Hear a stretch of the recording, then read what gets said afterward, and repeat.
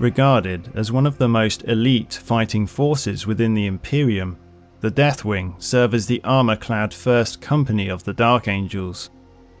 They stand resolute, unwavering against any adversary, no matter how formidable.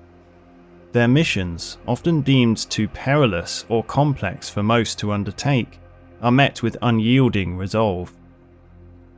Their reputation is such that a mere glimpse of their bone-white armour sends shivers through the hearts of their enemies, often scattering them before the battle even begins.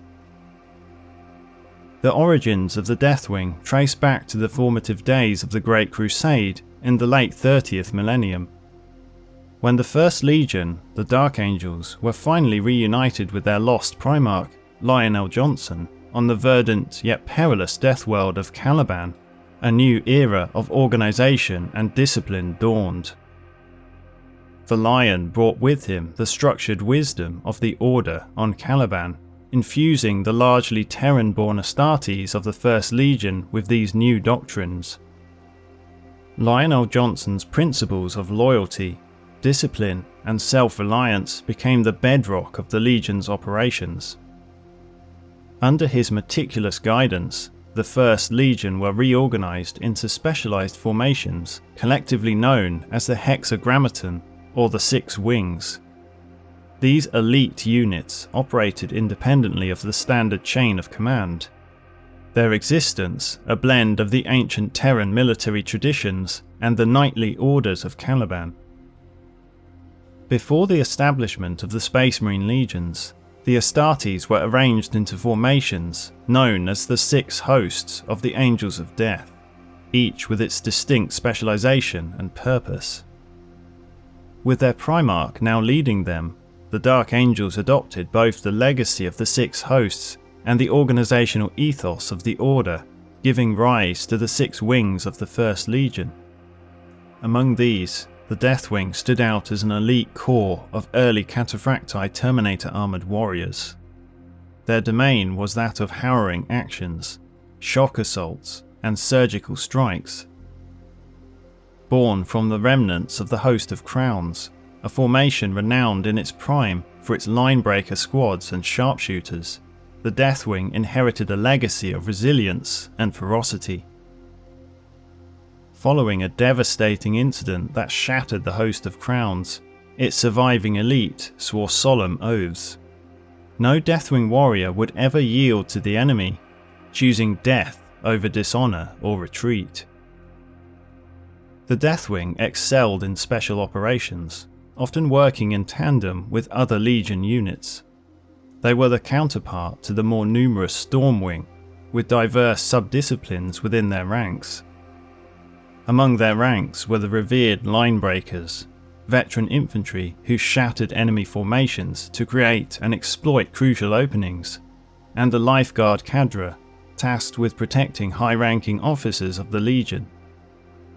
Entry into the Deathwing was a rigorous process, ensuring that its members were few but highly deserving.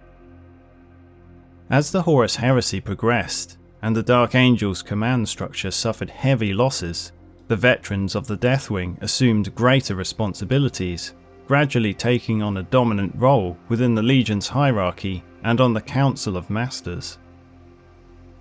The Deathwing, alongside the Ravenwing, stands as one of the two surviving original formations of the venerable First Legion.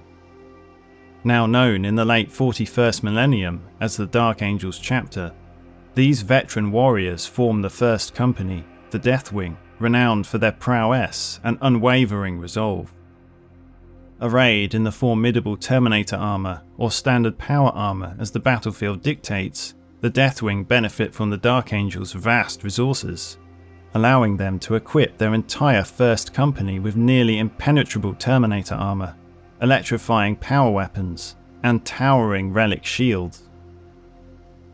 In the wake of the Horus Heresy, the Codex Astartes, authored by Rabute Gilliman of the Ultramarines, decreed the division of the Space Marine Legions into chapters. Consequently, the Dark Angels Terminator armoured equipped assault company was segmented into units of 100 veteran Astartes, each assigned to a successor chapter formed from the original Legion.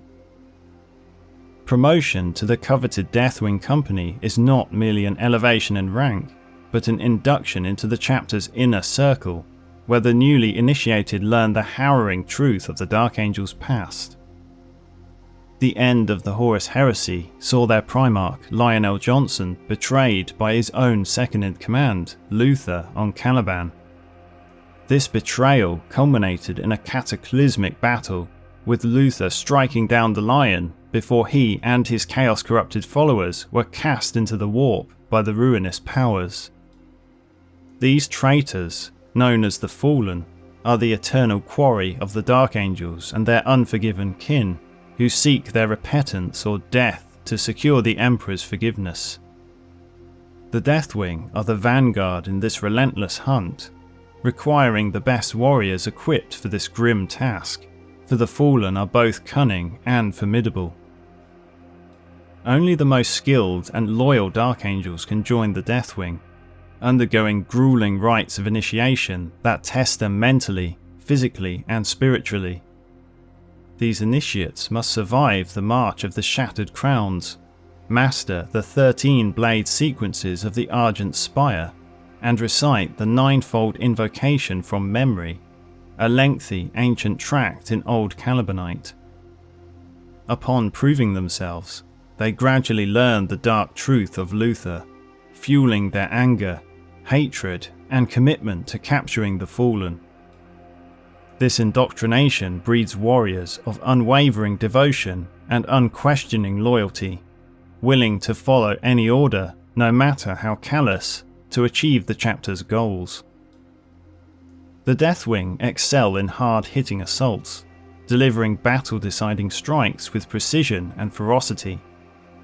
Whether deploying via pinpoint teleportation or aboard a formidable armoured assault vehicle like a Land Raider and Repulsor, their hallmark is the perfectly executed strike at the enemy's most vulnerable points.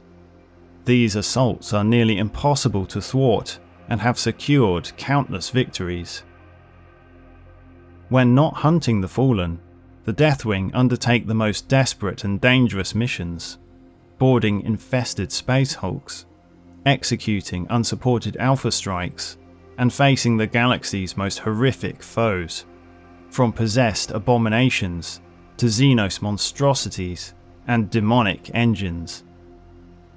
Deathwing detachments often accompany Dark Angel strike forces, not only for their unparalleled combat prowess, but also to undertake secret missions as required by the chapter's hidden agendas. Those inducted into the Deathwing believe they have uncovered the full extent of the Dark Angel's secrets, but they are mistaken. They have merely entered the first ring of the inner circle, with more truths revealed only when deemed ready.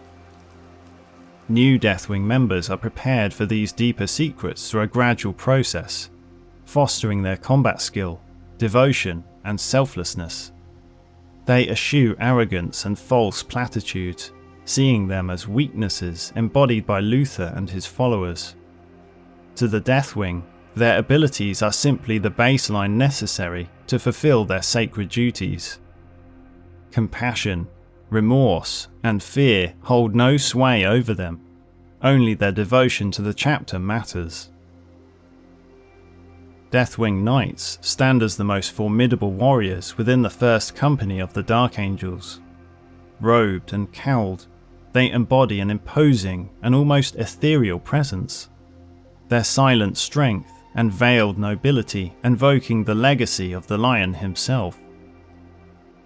Within the intricate hierarchy of the Dark Angels, few ranks surpass that of the Deathwing Knights, and many aspire to one day join them.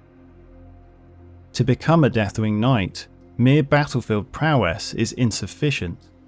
A Deathwing warrior must demonstrate unwavering dedication to the chapter and a relentless obsession with the secret hunt for the Fallen. When a Deathwing member is considered potentially worthy, he is summoned to the Chamber of Judgments. Here, he faces a series of individual challenges designed to test his strength, resolve, and loyalty to the chapter beyond any conceivable breaking point. Should he prevail, he is bestowed the title of Knight. The arrival of Deathwing Knights on the battlefield is a significant event.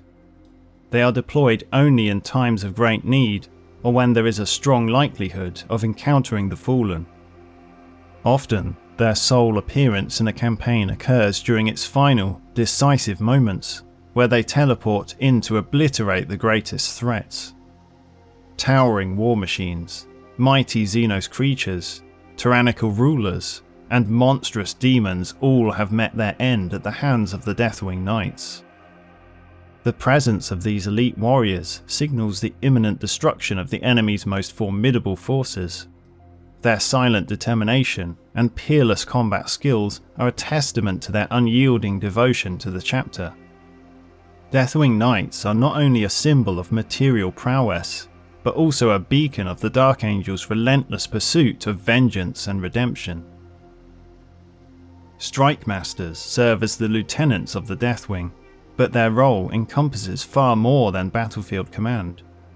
Ranked above even the Deathwing Knights, Strike Masters bear the solemn responsibility of overseeing the gallows deep beneath the rock. Here, the most treacherous prisoners are confined, and the most dangerous relics are secured. For some chapters, managing cells might be deemed a menial task, best left to lower-ranking Space Marines or trusted serfs. However, the Dark Angels recognize the immense danger possessed by their captives, entrusting this crucial duty only to some of the chapter's greatest heroes.